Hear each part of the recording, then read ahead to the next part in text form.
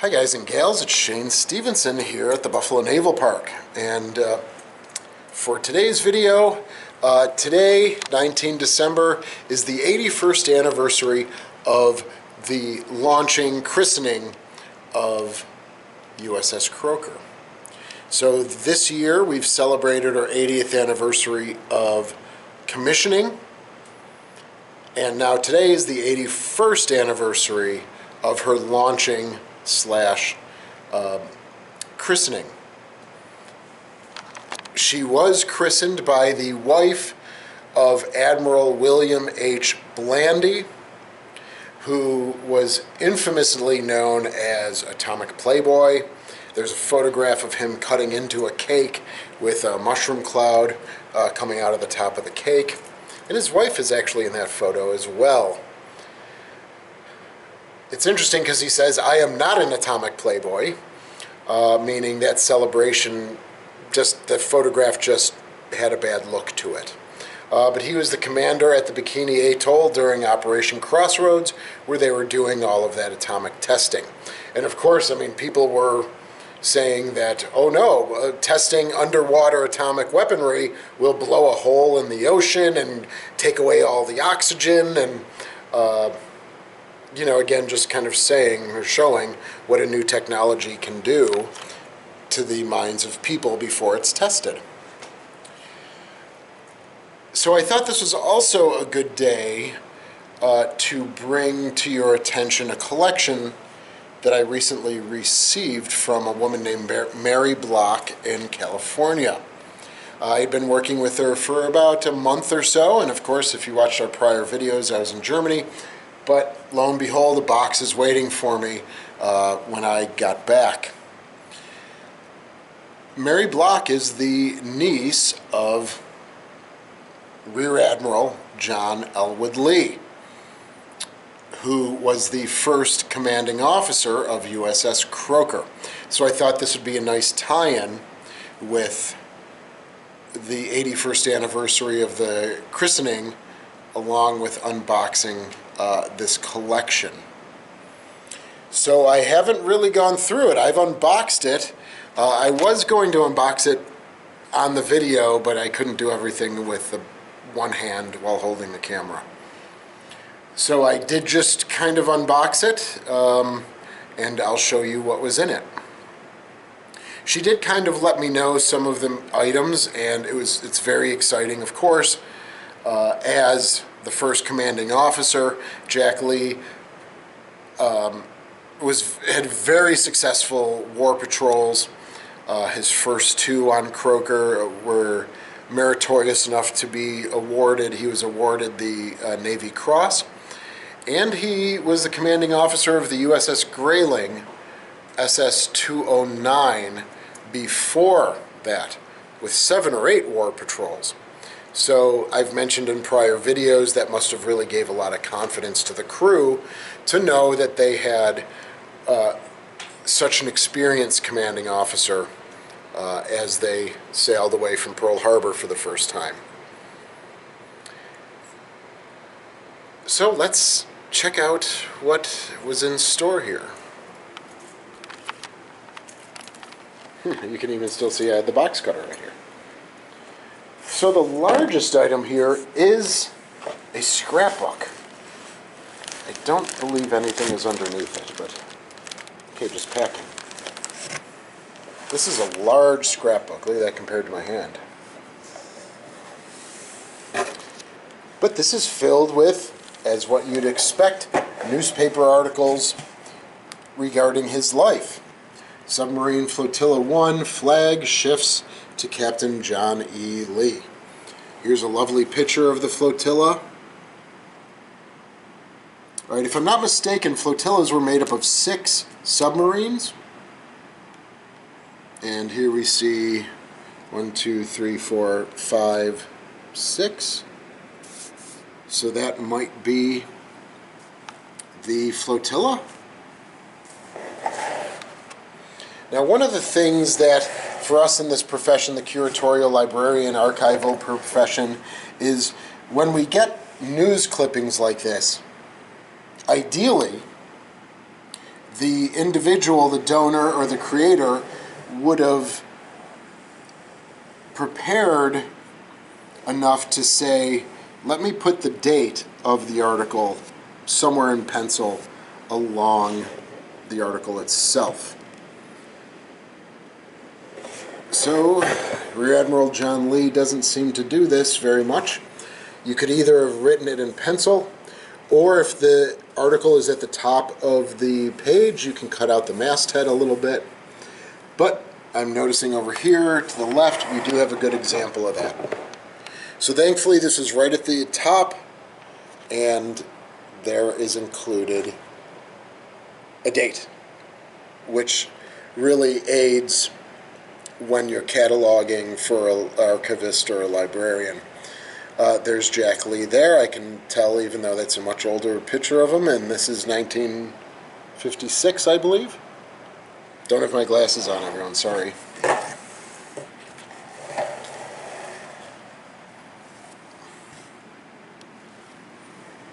So yeah, so just various articles about his time. Probably now he's a Rear Admiral. And of course it's very easy to get sidetracked. Curators will know this. It's easy to get sidetracked with the advertisements of the day. Oh, here's a nice cutout, or a nice full page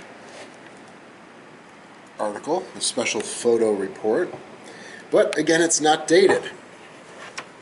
Let's see if there's, no, that's the middle section of the advertisement. Okay, excellent. I do look forward to reading through, and then you imagine why these articles were clipped out. Now, Mary also mentioned, which are these two items here, that she feels, so we have an ashtray with USS Croaker.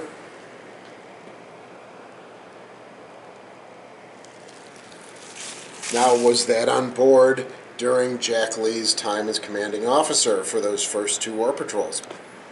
Also a cribbage board, which I will not unwrap here, of course.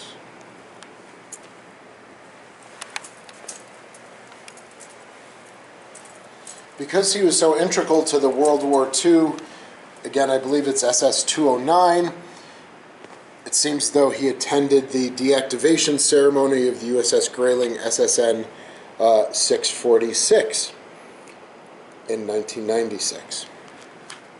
So usually these will list like a history of the name or the history of prior ships. Explanation about the pennant. Alright, the decommissioning, deactivation, what a Grayling is. Commander Submarine Group 7. She was the sponsor. This woman was the sponsor in 1967. This was the deactivation captain, probably. XO. He's from Syracuse, New York. Ah, and here's the history of the Grayling. Prior names. Yes, and the Grayling is famous for Nimitz. When he arrived in Pearl Harbor, he hoisted his flag to aboard the Grayling to symbolize him taking command of the Pacific Fleet. Here was a folder of correspondence. There's some USSVI correspondence. I will handwritten notes, and this cool First War Patrol report from Croaker. I haven't seen anything like this in our collection yet. You know, some envelopes and things. And then over here, I haven't looked at this yet. Okay, National Archives. So this is from NARA. He got something reproduced, and it is the deck log for the Grayling from November 1942. Now that is a really great find. or a great donation, I should say. We do have the 6 war patrols from the Croaker, and we also have from Lieutenant Commander Lakin of the British Navy, who was a liaison officer on the first war patrol of Croaker. So we have all 6 war patrol reports and one of the original copies from the Lieutenant Commander Lakin, who was writing about the first war patrol to the British Admiralty.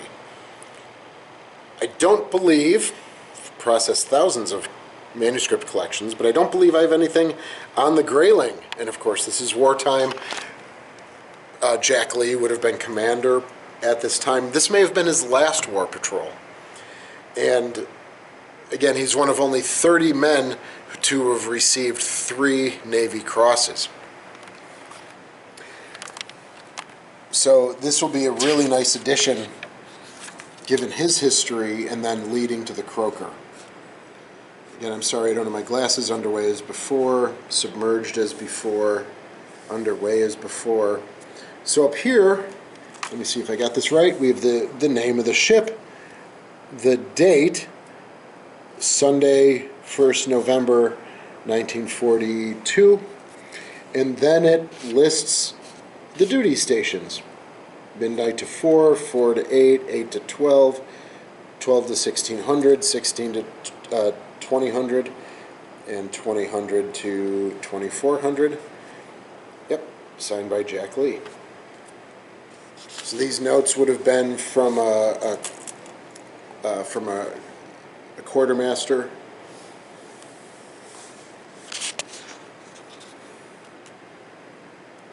Submerged as before, underway as before. So while we have stuff that really bleeds into the Cold War, this is World War II naturally, but we do not have anything here that is as detailed about the Cold War. Now, doing research into Cold War record keeping or record creation, especially on submarines, there seemed to be a directive that said keep your deck logs as general as possible, either for espionage or potential capture. So whichever the reason was, there seemed to be a directive from the U.S. Navy telling Cold War boats to be very general on their deck logs. So I have to wonder, even though we don't have them, and I would like to request them from NARA, the National Archives, how much information will we glean from them? Anything is better than nothing, which is almost what we have now, at least in the collections. Don't have much except for very general service, like in the Dictionary of American Fighting Ships. You know, she was here, she was here, she was here, but nothing more specific than that. And it's so interesting that looking at this wartime deck log, you're seeing something very similar to that. So I'm going to have to do a little more research. Did they sink any vessels? Were they tracking any targets during this time? Wow. I'm so glad that was included. We do have stuff on other submarines, but for deck logs, that's a really nice manuscript to receive from the family. So I want to thank you for checking out this video. Again, we appreciate all of your continued support here. And I'm going to spend some time, I bet you can imagine what I'm going to do the rest of the afternoon. I'm going to spend some time digging into this. And it's important to have a well-rounded collection, a representative collection, in the sense that you have enlisted crew with their letters home or their correspondence, their wartime records, in addition to having the executive structure like a commanding officer, like an XO executive officer. And this is the right home. There is no more SS-209 USS Grayling, and this is the perfect spot for this collection to be stored and housed and then to be used in the future. So I can't thank Mary Block enough from California, and again I thank you for checking this video out, and we'll see you again soon.